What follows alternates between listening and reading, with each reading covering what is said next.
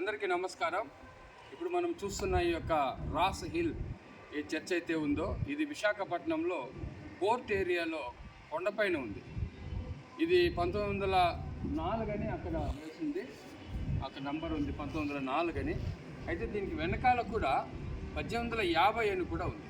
అంటే ఇది ఫ్రెంచ్ వారు జర్మన్ వారు మిషనరీలు వచ్చి ఈ చర్చ్ నిర్మించారని ఇక్కడున్న ఆఫీస్ వాళ్ళు చెప్పారు. బాగా గమనించండి, మంచి వాతావరణంలో ఉంది. ఇది పోర్ట్ ఏరియా ఉండడం వలన ఇక్కడ చూడండి, ఇక్కడ విశాఖ పోర్ట్ ఏరియా ఇదంతా లోడింగ్ అన్లోడింగ్ అంతా జరుగుతూ ఉంటుంది. ఆ కాలంలో ఇలాంటి కొండల మీదనే ఇలాంటి ష్రైన్స్ అన్ని కూడా నిర్మించేవారు కాబట్టి ఈ పోర్ట్ ఏరియా చూడండి ఎంత మంచి వాతావరణం ఉంది. అటుపక్క కనిపిస్తున్నది బంగాళాఖాతము. ఆ పోర్ట్ ఏరియా నుండి అలా కంటిన్యూషన్ వెళ్తే అది బంగాళాఖాతం అండి. బంగాళాఖాతంలో మనకి ఇక్కడ నుంచి ట్రాన్స్పోర్ట్ అవ్వడానికి వెహికల్స్ అన్నీ కూడా ఇక్కడ పోర్టు వాళ్ళే మేనేజ్ చేస్తూ ఉంటారు. ఈ మధ్యనే అంటే దాదాపుగా ఒక 2016వ సంవత్సరంలో ఈ స్టాచ్యూని నిర్మించారు. ఈ యేసుక్రీస్తు ప్రభువారి యొక్క స్టాచ్యూ నిర్మించడం జరిగింది. గమనించండి, ఆ చర్చిని ఒకసారి మీరు చూసినట్లయితే ఆర్ట్ స్టైల్ ఇది జర్మన్ మరియు ఫ్రెంచ్ మేళ వింటూ ఉన్నది. వెనకాల ఒకటి చూస్తే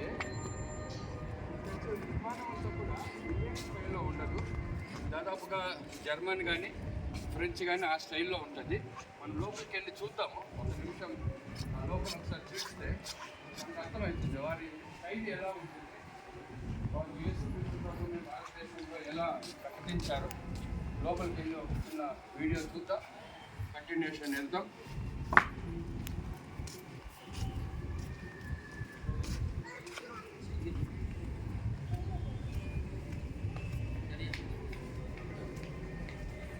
యేసుక్రీస్తు ప్రభుల వారిని సిలువ వేసిన సన్నివేశం ఉంది.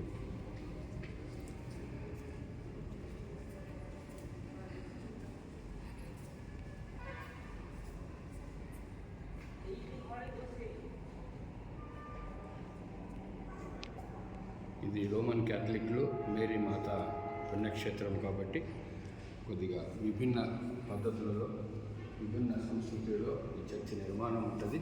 ఇక్కడ ఆరాధన కూడా అదే విధంగా ఉంటుంది.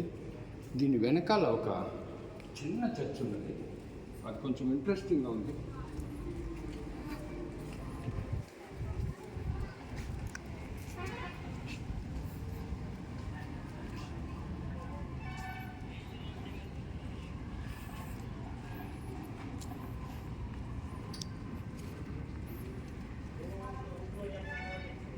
అక్కడ డేట్ ఉంది చూడండి, 1850 అని ఉంది.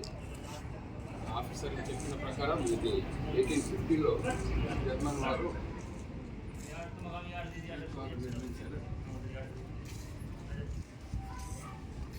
మొదట ఈ చర్చి ఉండేది అని వారు ఇక్కడ ఉన్న వారు తెలియజేశారు. చూడండి, ఆరాధించడంలో ఒక ప్రత్యేకమైన విషయం ఉంది.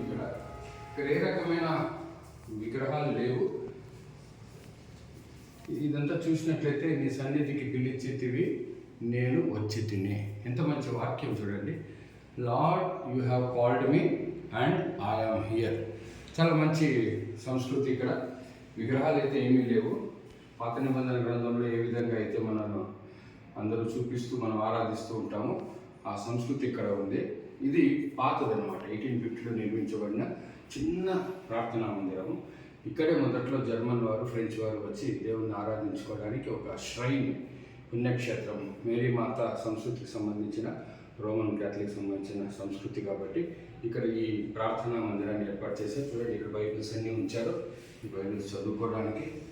అదేవిధంగా ఇక్కడి నుంచి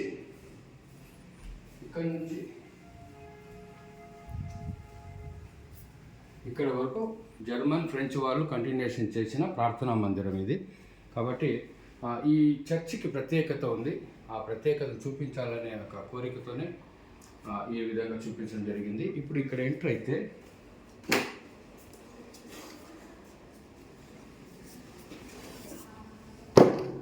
ఈ చర్చ్ మనకెంతో సంతోషంగా ఆనందంగా ఇది గమనించడానికి అవకాశం దొరికింది. ఈ రెండు చర్చిలు కూడా వెనకాల ఒకటి ఉన్నది, ముందు ఒకటి ఉన్నది. వీటి విభిన్న పద్ధతులు, విభిన్న ఆచారాల ప్రకారం ఇవి జరిగినాయని తెలియచేయటకు సంతోషిస్తున్నాను. ప్రార్థించండి. యేసుక్రీస్తు ప్రభు అందరికీ ప్రభు కాబట్టి మనమందరం కూడా ఆయన సన్నిధిలో ఉన్నాం. సంస్కృతులు విభిన్న డినామినేషన్లు ఉంటే వాటన్నిటిని పక్కన పెట్టి ప్రభువు మన కొరకు వచ్చాడు. పాపులను రక్షించుటకు యేసుక్రీస్తు ఈ లోకానికి వచ్చాడు. నేనే మార్గము, నేనే సత్యము, నేనే జీవం అన్నాడు. నా ద్వారానే తప్ప ఎవరు పరలోక రాజ్యానికి వెళ్ళని అన్నారు. అందరికీ ప్రభువు నామములో వందనాలు.